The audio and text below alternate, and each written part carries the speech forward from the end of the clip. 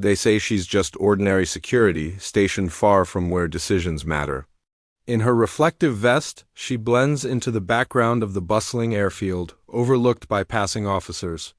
But when a decorated four-star general steps onto the tarmac and his eyes meet hers across the runway, something unexpected unfolds. His cane slips from his grip, clattering against the concrete because years ago, in a war no one acknowledges, she led the team that saved him from certain death. Now, their worlds are about to collide again. From which city in the world are you watching this story today? If you enjoyed tales about unsung heroes and moments of recognition, consider subscribing to our channel for more compelling narratives about extraordinary people hiding in plain sight. Margaret Maggie Chun stood on the scorching tarmac, her orange reflective vest soaking up the midday sun like a sponge. Around her, the military airbase hummed with activity transport planes taxiing, ground crews darting between hangars, officers striding purposefully toward critical meetings. She adjusted her vest and checked her watch. 1,400 hours. 4 more hours until her shift ended. Unlike the uniformed personnel rushing past, Maggie's only identifier was the bright vest and a small ID badge clipped to her chest. No rank insignia. No unit patches, just another civilian contractor performing routine security duties. Most days, she felt invisible. Most days, that was exactly the goal. "Hey, Chin, try not to doze off standing up today," called a young security officer, his voice carrying across the tarmac. The two colleagues beside him chuckled as they passed. Maggie merely nodded, her expression revealing nothing. At 42, she was at least 15 years older than most of the security staff. They saw her as the quiet woman who somehow faltered in a real military career and ended up in this dead-end position. Their mockery had become routine. Background noise like the distant roar of jet engines. She returned to scanning the perimeter, her eyes methodically sweeping across hangars, personnel, and vehicles with practiced precision. While other security staff checked their phones when supervisors weren't looking, Maggie maintained her vigilance. Her posture remained perfect, back straight, weight evenly distributed, hands clasped behind her, a habit that had survived years of military discipline. A lieutenant from the Air Force Security Forces rushed past, bumping her shoulder without acknowledging the collision. Maggie absorbed the impact, shifting back into position without complaint. The officer never looked back, too preoccupied for such courtesies. At the daily security briefing that morning, Chief Warrant Officer Daniels had barely glanced her way while assigning positions. "Chun, you're on the far perimeter again. Keep the area clear of unauthorized personnel." The prime assignments went to officers with connections or those Daniels wanted to impress, never to the quiet woman in the corner who never complained. The sun beat down relentlessly as Maggie patrolled her designated area. Other security personnel gathered in shaded spots, grumbling about the heat. Maggie maintained her route, pausing only briefly to take small sips from her water bottle. Her attention suddenly sharpened. A maintenance vehicle was approaching Hangar 7, an area requiring special clearance. The driver wasn't displaying the proper identification, and the vehicle didn't match any on today's scheduled maintenance roster. Maggie keyed her radio. "Possible security breach at Hangar 7. Unauthorized maintenance vehicle approaching restricted area." "Over." "Stand down, Chun," came the immediate response from her supervisor, Staff Sergeant Jenkins. "But, Scheduled maintenance. Return to patrol." Maggie watched as the vehicle continued toward the hangar. Something wasn't right. The driver seemed hesitant, looking around too frequently. She noted the license plate and continued her patrol, but kept the vehicle in her peripheral vision. 3 minutes later, Staff Sergeant Jenkins himself rushed toward the vehicle, waving it to a stop just before it reached the hangar doors. He pulled the driver aside, checking identification and making a call on his radio. "Security breach intercepted at Hangar 7, Jenkins announced over the shared channel. Unauthorized personnel attempted to access restricted area. Situation contained. The base security office immediately responded, "Good catch, Jenkins. Bring the suspect in for questioning." Maggie's expression remained neutral as she continued her patrol. This wasn't the first time her observations had been dismissed, only to be proven correct minutes later. It wouldn't be the last. As she adjusted her vest, the sleeve of her uniform shirt rode up slightly, revealing an unusual scar on her wrista, jagged line that suggested it hadn't been treated by a surgeon but had somehow healed remarkably well. She quickly covered it and continued her rounds. Hours passed with nothing more exciting than redirecting a few lost delivery drivers and checking badges at her checkpoint. The mundane nature of the work didn't bother Maggie. There was a certain peace and routine in being underestimated, in being invisible. At the 4-hour mark of her shift, the base loudspeaker system crackled to life. Attention! All personnel, VIP arrival scheduled for 1800 hours. All security positions at heightened alert. Department heads report to Conference Room Alpha for briefing. The announcement sent ripples of activity across the base. VIP visits were uncommon at this installation, which primarily served as a logistics hub rather than a command center. Security officers who had been lounging in the shade suddenly found reasons to look busy. Officers who normally ignored security protocols started demanding stricter adherence. Chief Daniels gathered the security team 30 minutes later. Listen up, people. We've got General William Hayes arriving at 1800 for an overnight visit. 4-star general, decorated war hero, currently advising the Joint Chiefs. Everything needs to be flawless. He pointed to a base map. Foster, Rodriguez, you'll be at the main entrance. Peterson, Alvarez, you're on the command building perimeter. Jenkins will coordinate the immediate security detail for the general's quarters. He continued assigning positions, working his way down to the least desirable locations. Chun, you're at Checkpoint 7. Keep the northeast perimeter clear. Checkpoint 7 was the furthest position from the landing zone, a position usually reserved for the least trusted personnel. It was a clear message about where Chun stood in the hierarchy. A few of the younger officers exchanged smirks. Maggie acknowledged the assignment with a nod and left to prepare. She didn't need special instructions or reminders about protocol. Unlike many of her colleagues, she had read every security manual for the base, memorized every procedure, and knew every contingency plan. As she walked to her position, one of the younger officers, Foster, called out, "Hey, Chun, don't get too thrilled about your front row seat to history." His companions laughed as they continued toward their more prestigious positions. Maggie reached Checkpoint 7 and assumed her post, immediately scanning not just her assigned sector, but the entire visible perimeter. While her assignment kept her far from the action, it also gave her an excellent vantage point to observe the entire arrival area without being noticed herself. From her position, she watched as the base transformed for the VIP arrival. The honor guard assembled, practiced their movements twice, and then positioned themselves near the landing area. Senior officers emerged from the administration building, uniforms impeccable, medals gleaming in the late afternoon sun. Maggie continued her vigilant observation, noting a maintenance worker approaching a restricted area without proper identification displayed. She quietly intercepted and redirected them without creating a scene or embarrassing them publicly. The worker thanked her and quickly moved to the appropriate area. Base Commander Colonel Richards strode across the tarmac, flanked by his executive officer and several aides, reviewing last-minute details for greeting the distinguished visitor. "Everything needs to be perfect," he insisted, loudly enough for nearby personnel to hear. "General Hayes doesn't make casual visits.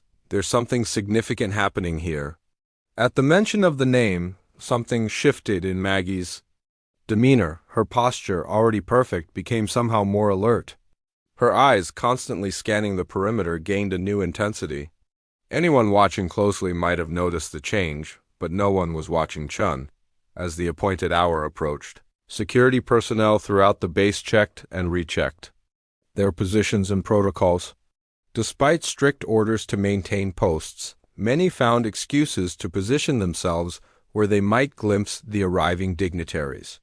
Maggie remained at her assigned checkpoint, professional to the core, but her attention had sharpened noticeably. At precisely 17:55 hours, the distant sound of approaching vehicles caught her attention. The convoy was arriving early, a common security practice to avoid predictability. 3 black SUVs with government plates approached the main gate, passed through without stopping, and headed toward the reception area. From her distant position, Maggie had a clear line of sight to the main vehicle as it pulled to a stop. The base commander and his staff stood at attention, waiting as the vehicles parked in precise formation.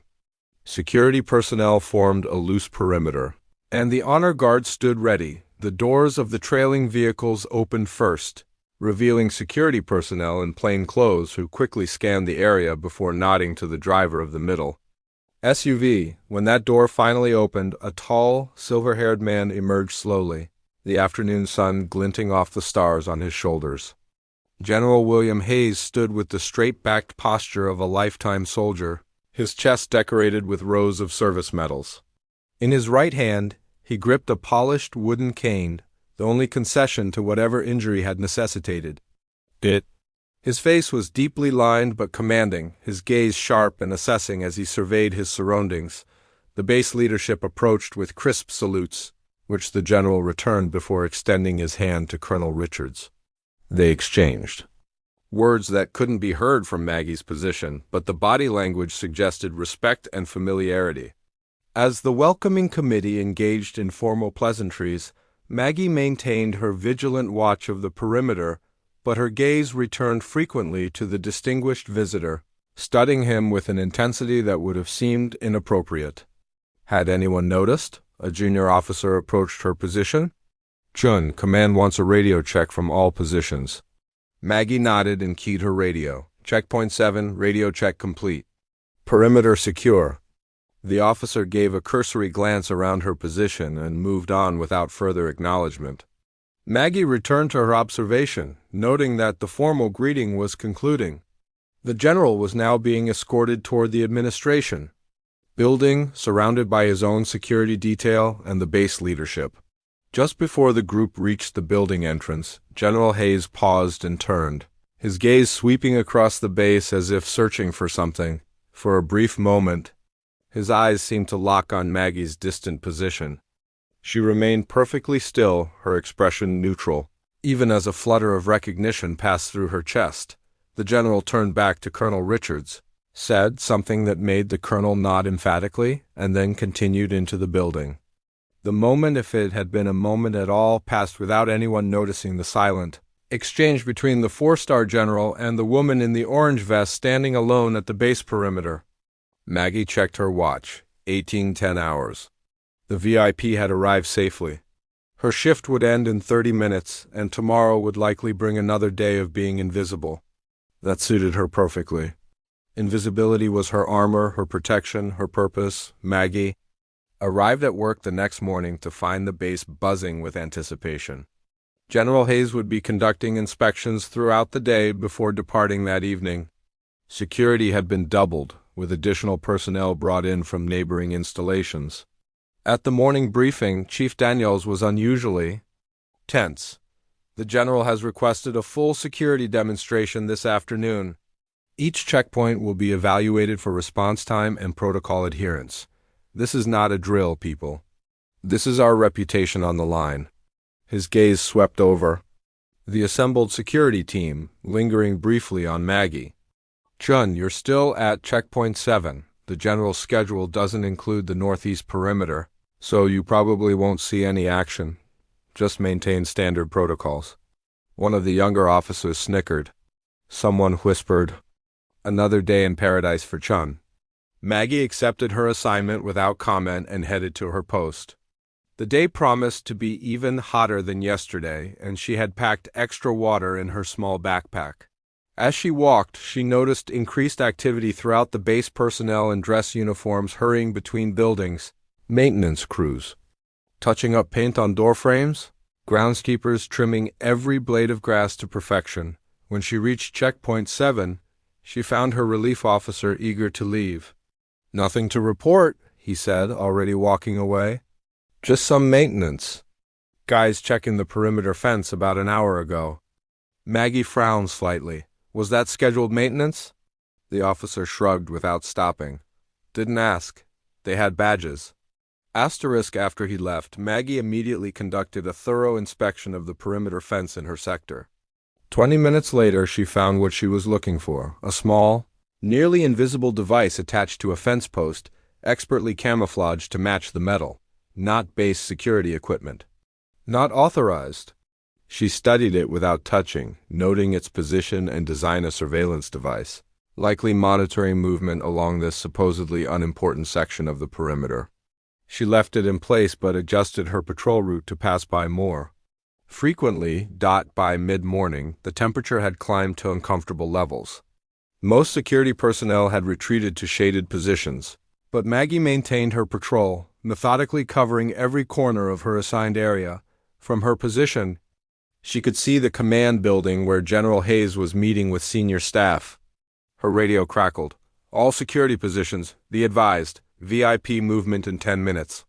The general will be touring the flight line facilities. All checkpoints maintain heightened alert." Maggie acknowledged the transmission and continued her patrol. Her checkpoint was far from the flight line. She wouldn't see the general's entourage. Yet she found herself checking her watch more frequently than usual. At precisely 1100 hours, she observed the general's convoy departing the command building, heading toward the main hangars. Even at this distance, she could make out the tall figure of General Hayes, still striking in his full-dress uniform. As the morning progressed, Maggie noticed something unusual. The general's tour seemed to be working its way around the perimeter of the base in a clockwise pattern, checkpoint by checkpoint. According to the security channel chatter, he was asking detailed questions at each position, reviewing protocols, inspecting equipment. "He's grilling everyone," came Jenkins' voice over the radio to another officer. "Ask Rodriguez about response procedures for 3 different scenarios. Better review your protocols." Maggie didn't need to review. She knew every procedure by heart. Still, she felt a strange tension building as the general's entourage continued its methodical circuit of the base perimeter.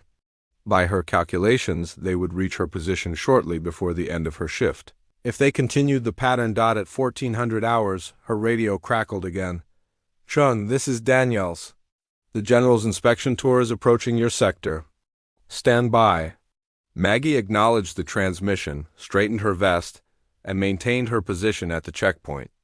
In the distance, she could see the convoy of black SUVs making its way along the perimeter road, stopping at each checkpoint. They were still 2 checkpoints away, about 30 minutes. She estimated. A maintenance truck approached her checkpoint from inside the base perimeter.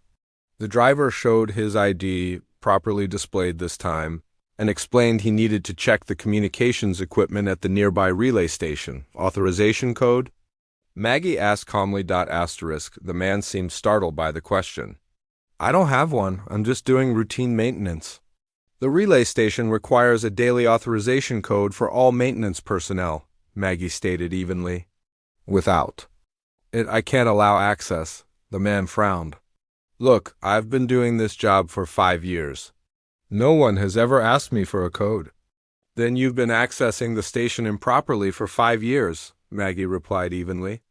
"I can call for a security supervisor to verify if you'd like." The maintenance worker stared at her for a long moment, then sighed. "Fine. I'll go get the paperwork from my supervisor." He put the truck in reverse and drove away. Casting an irritated glance in his rearview mirror, Maggie watched him go, then keyed her radio. "Security command, Chun at checkpoint 7. Be advised. Maintenance worker attempted to access the relay station without proper authorization code. Individual departed when challenged. Vehicle license plate Alpha 7039er Delta." "Copy that, Chun," came the surprised response. "We'll look into it." 20 minutes later, her radio crackled again. "Chun, this is security command. That maintenance worker wasn't on today's schedule. We've issued an alert. Good catch." Maggie acknowledged without emotion but was already focusing on the approaching convoy. The general's entourage had reached checkpoint 6, just down the perimeter from her position. Through her binoculars, she could see General Hayes speaking with the officer stationed there. As she waited, Maggie performed another scan of her sector. The surveillance device she'd spotted earlier was still in place. She made a mental note of its exact position, planning to report it after the general's inspection passed. Finally, the convoy pulled up to her checkpoint. Colonel Richards exited the lead vehicle first, followed by Chief Daniels. Both men looking tense. "Officer Chun," Colonel Richards said stiffly, "General Hayes will be inspecting this checkpoint. Please be prepared to answer any questions." "About security protocols for this sector," Maggie nodded. "Yes, sir." The door of the middle SUV opened and General Hayes emerged, leaning slightly on his cane. Up close, his presence was even more commanding than it had appeared at a distance. His uniform was immaculate, his posture military straight despite whatever injury necessitated the cane. His eyes, bright blue and intensely focused, immediately fixed on Maggie. For a heartbeat, something flickered across his face, so quick that anyone not watching closely would have missed it. Recognition, certainly, but also something deeper, something like shock, carefully controlled. "Officer Chun," Colonel Richards began the introduction. "This is General William Hayes." "General." "This is Margaret Chun, one of our perimeter security officers." The general extended his hand. "Officer Chun." Maggie shook his hand with precise formality. "General Hayes, welcome to Checkpoint 7. His grip was firm, his gaze unwavering. "Tell me about this sector, Officer Chun. What are your security concerns here?" "Three primary concerns, sir," Maggie answered without hesitation. "First, the relay station 50 meters to the east contains communications equipment for the entire eastern sector of the base. Second, this perimeter faces undeveloped land that provides potential cover for approach. Third, the fence line here has a slight depression that requires additional monitoring during rainy conditions." The general nodded, his expression unreadable. "And your response protocols if you detect an intrusion?"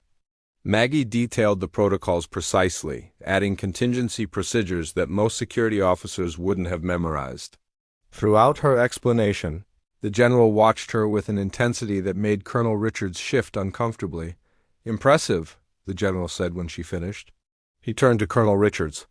"I'd like to inspect the perimeter with Officer Chun alone." Both the colonel and Chief Daniels looked startled. "Sir," the colonel began, "protocol suggests that senior staff should accompany—" "I'm well aware of protocol." "Colonel," the general interrupted, "I'm making an exception. Please wait here." The colonel had no choice but to agree. "Yes, sir. We'll be right here if you need anything." The general turned back to Maggie.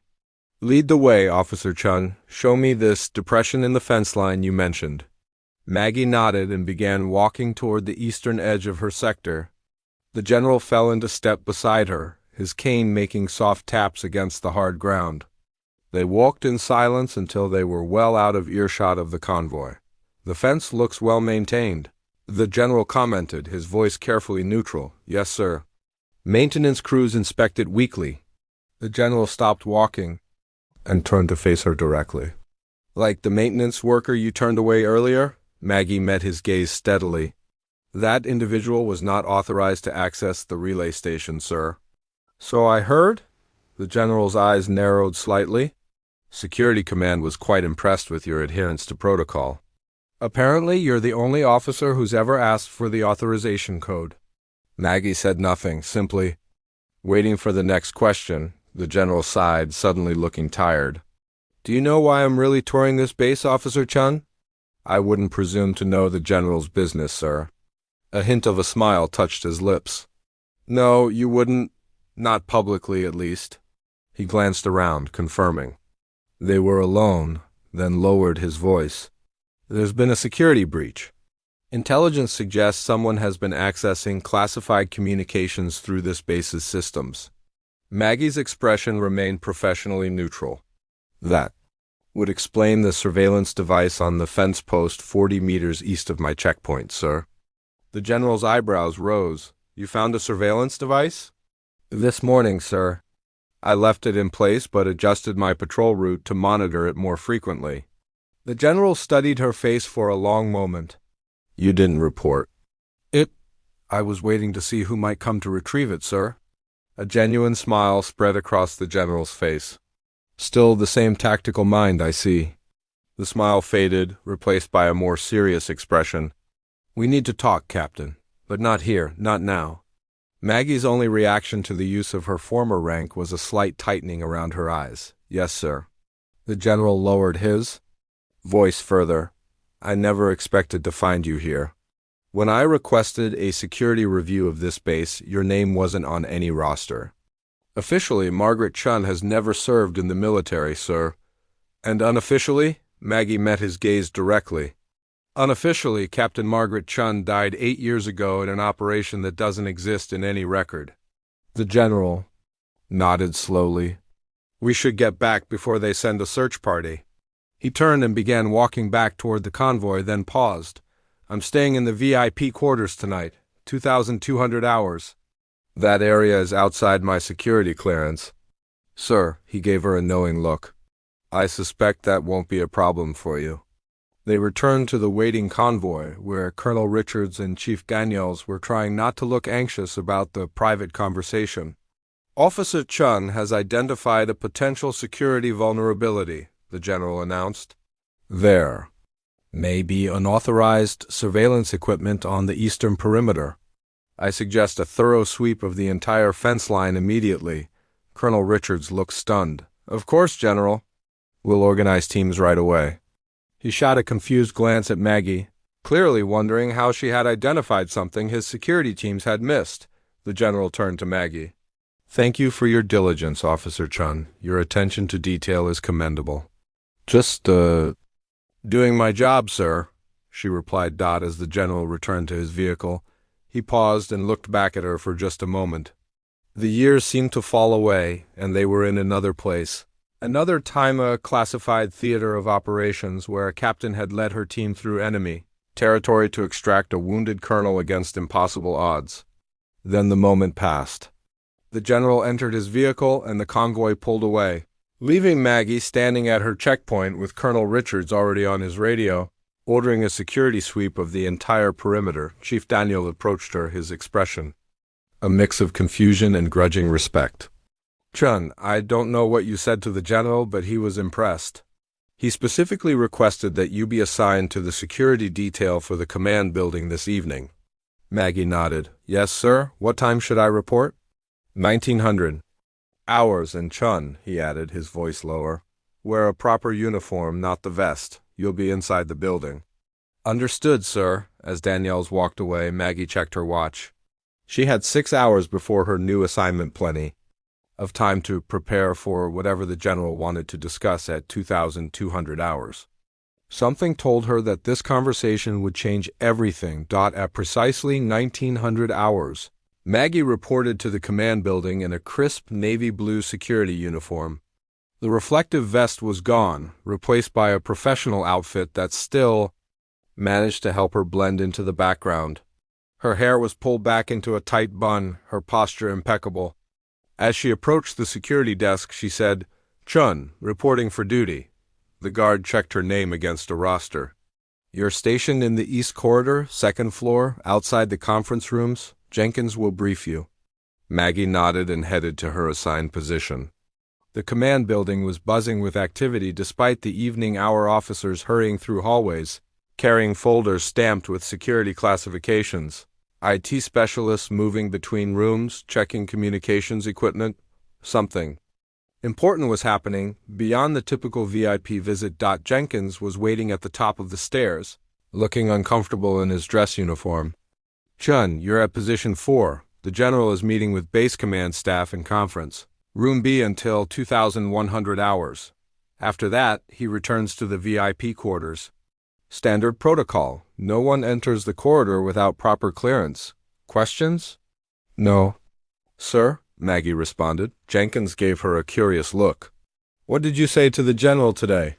He specifically requested you for this detail. I reported on security vulnerabilities in my sector, sir. Jenkins clearly wanted to ask more, but instead just shook his head. Take your position. Radio check every 30 minutes. Maggie moved to her assigned post, a spot that provided clear sight lines down both directions of the corridor while remaining somewhat inconspicuous next to a large potted plant. From this position, she could observe the entrance to conference. Room B, where animated silhouettes moved behind frosted glass. The hours passed slowly. Maggie maintained her vigilance, reporting in every 30 minutes as required. Occasionally, staff officers would emerge from the conference room, looking tense as they hurried off to retrieve requested information or make secure calls. At 2155 hours, the conference room door opened fully. Base commanders filed out, their faces grave. Colonel Richards was the last to exit, stopping to exchange final words with someone still inside the room. He nodded sharply, then turned and noticed Maggie. "Officer Chun?" he acknowledged with a nod, studying her for a moment as if seeing her for the first time. Whatever the general had told him about her had clearly changed his perception. "Sir?" Maggie replied with appropriate deference.